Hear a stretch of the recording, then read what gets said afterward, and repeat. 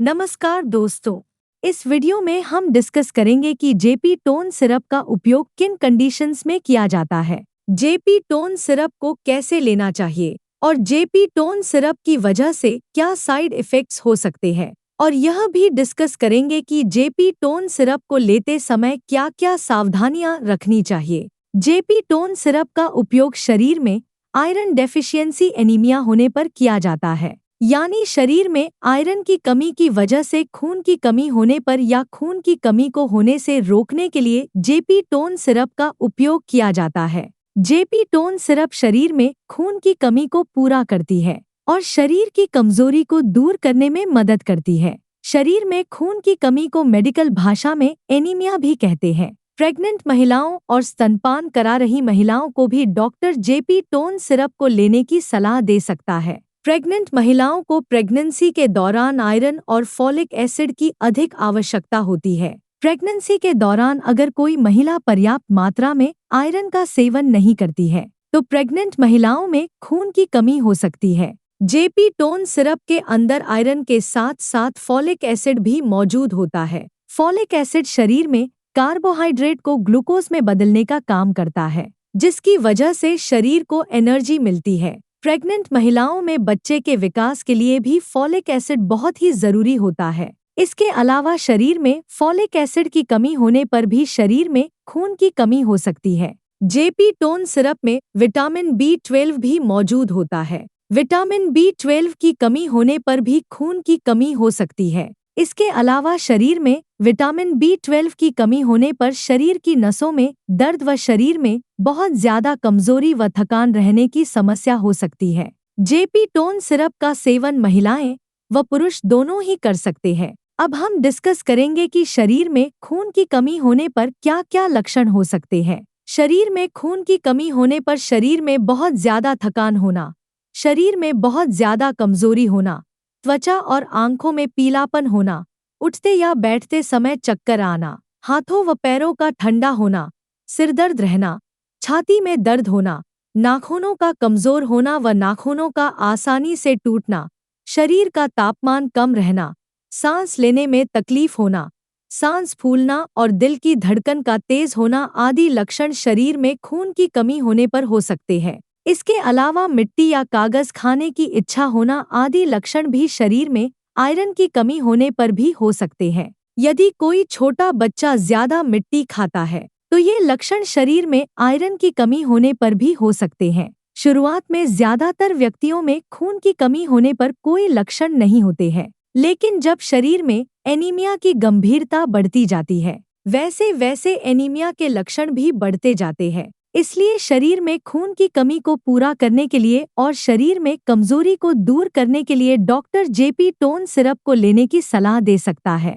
दोस्तों, अगर आपको वीडियो पसंद आ रहा है तो कृपया वीडियो को लाइक करना व चैनल को सब्सक्राइब करना न भूलें। साइड इफ़ेक्ट्स की बात करें तो वैसे तो ज्यादातर व्यक्तियों में जेपी टोन सिरप की वजह से कोई साइड इफ़ेक्ट्स नहीं होते हैं, लेकिन कुछ % व्यक्तियों में जेपी टोन सिरप की वजह से कुछ साइड इफ़ेक्ट्स हो सकते हैं। जेपी टोन सिरप की वजह से कुछ व्यक्तियों में कब्ज होना या दस्त होने की समस्या हो सकती है। इसके अलावा कुछ व्यक्तियों में जेपी टोन सिरप की वजह से उल्टी आने का मन होना, बदहजमी या सीने में जलन होना और पेट में दर्द हो सकता है। आम तौर पर ये साइड इफ़ेक्ट्स अस्थायी होते हैं और जैसे जैसे आपका शरीर जेपी टोन सिरप के साथ तालमेल बनाता है वैसे वैसे ये साइड इफ़ेक्ट्स भी कम हो जाते हैं। यदि इनमें से कोई भी साइड इफ़ेक्ट्स लगातार बना रहता है या ज्यादा होता है तो आपको तुरंत ही डॉक्टर से परामर्श लेना चाहिए।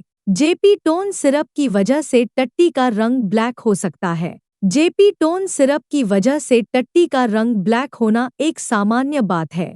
जेपी टोन सिरप की वजह से टट्टी का रंग ब्लैक होना कोई नुकसानदायक नहीं होता है। जेपी टोन सिरप को पीते समय यदि जेपी टोन सिरप दांतों पर लगती है तो इसकी वजह से दांतों पर काले रंग के धब्बे हो सकते हैं। इसलिए दांतों को काले रंग के धब्बों से बचाने के लिए जेपी टोन सिरप को जूस या पानी में मिलाकर पीना चाहिए। और इसके अलावा आप जेपी टोन सिरप को स्ट्रॉ यानी जूस पीने वाले पतले पाइप की मदद से भी जेपी टोन सिरप को पी सकते हैं। ताकि जेपी टोन सिरप की वजह से दांतों के रंग को प्रभावित होने से बचाया जा सके। अब हम डिस्कस करेंगे कि जेपी टोन सिरप को कैसे लेना रेकमेंडेड होता है। जेपी टोन सिरप को खाना खाने के बाद लेना रेकमेंडेड होता है। जेपी टोन सिरप को लेने के बाद कम से कम 20 मिनट तक आपको लेटना या सोना नहीं चाहिए। आमतौर पर 12 साल से अधिक उम्र के ज्यादातर व्यक्तियों को doctor 10 millilitre JP tone syrup को दिन में 2 बार लेने की सलाह देते हैं। ज्यादातर प्रेग्नेंट महिलाओं को डॉक्टर जेपी टोन सिरप को प्रेगनेंसी के पहले 12 सप्ताह यानी प्रेगनेंसी के पहले 3 महीने पूरे होने के बाद ही जेपी टोन सिरप को शुरू करने की सलाह देते हैं, क्योंकि प्रेगनेंसी के पहले 3 महीने के अंदर प्रेग्नेंट महिलाओं को उल्टी आने का मन होना या मुंह का स्वाद खराब होना आदि समस्याएं अधिक होती है। इसलिए प्रेग्नेंट महिलाओं को डॉक्टर प्रेगनेंसी का चौथा महीना शुरू होने के बाद ही जेपी टोन सिरप को शुरू करने की सलाह देते हैं। लेकिन यदि किसी प्रेग्नेंट महिला को एनीमिया की गंभीरता ज्यादा है तो डॉक्टर प्रेग्नेंट महिलाओं को प्रेगनेंसी की शुरुआत से भी जेपी टोन सिरप को लेने की सलाह दे सकते हैं। वैसे ज्यादातर प्रेग्नेंट महिलाओं को डॉक्टर सिरप की बजाय टैबलेट देना प्रेफर करते हैं। जेपी टोन सिरप की डोज उम्र, शरीर के वजन और बीमारी की गंभीरता के आधार पर कुछ व्यक्तियों में इससे अलग भी हो सकती है।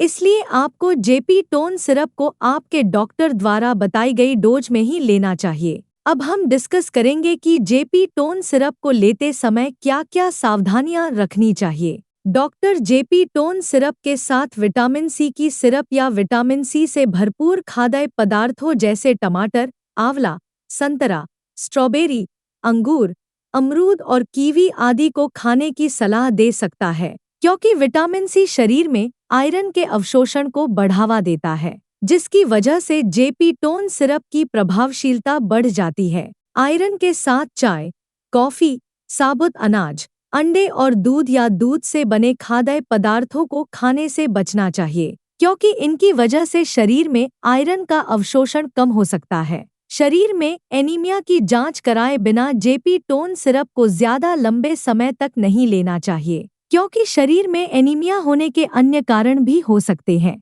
जैसे शरीर में विटामिन B12 की कमी होना, हीमोलिटिक एनीमिया होना, अप्लास्टिक एनीमिया होना और साइड्रोब्लास्टिक एनीमिया होना। अगर आपके शरीर में खून की कमी किसी अन्य कारण की वजह से है और आप शरीर में खून की कमी को पूरा करने के लिए डॉक्टर की सलाह के बिना ही लगातार कई महीनों से जेपी टोन सिरप को ले रहे हैं, तो ऐसी स्थिति में जेपी टोन सिरप को लेने से शरीर में आयरन की ओवरडोज हो सकती है। शरीर में आयरन की ओवरडोज लिवर, हार्ट, ब्रेन और शरीर के अन्य ऑर्गन्स को नुकसान पहुंचा सकती है। इसलिए डॉक्टर की सलाह के बिना ज्यादा लंबे समय तक जेपी टोन सिरप को नहीं लेना चाहिए। जेपी टोन सिरप के साथ पेट में गैस व एसिडिटी कम करने वाली एंटासिड दवाइयाँ, calcium supplements, tetracycline antibiotics, penicillin antibiotics, thyroid की सिरप और पार्किंसंस डिजीज में उपयोग होने वाली लेवोडोपा सिरप के साथ जेपी टोन सिरप को लेना रिकमेंडेड नहीं होता है, क्योंकि इन दवाओं के साथ जेपी टोन सिरप को लेने से दवाइयां आपस में एक दूसरे के साथ इंटरैक्ट कर सकती है, जिसकी वजह से दवा की प्रभावशीलता कम हो सकती है या साइड इफेक्ट्स होने का भी जोखिम अधिक हो सकता है। अगर आप इनमें से कोई भी दवा लेते हैं तो आपको जेपी टोन सिरप और इन दवाओं में कम से कम 2 से लेकर 3 घंटे का गैप रखना चाहिए। अगर आप अपने शरीर में खून की कमी को प्राकृतिक खाद्य पदार्थों से पूरा करना चाहते हैं तो आपको आंवला, जामुन, अनार, चुकंदर, सेब, पालक, सूखी किशमिश,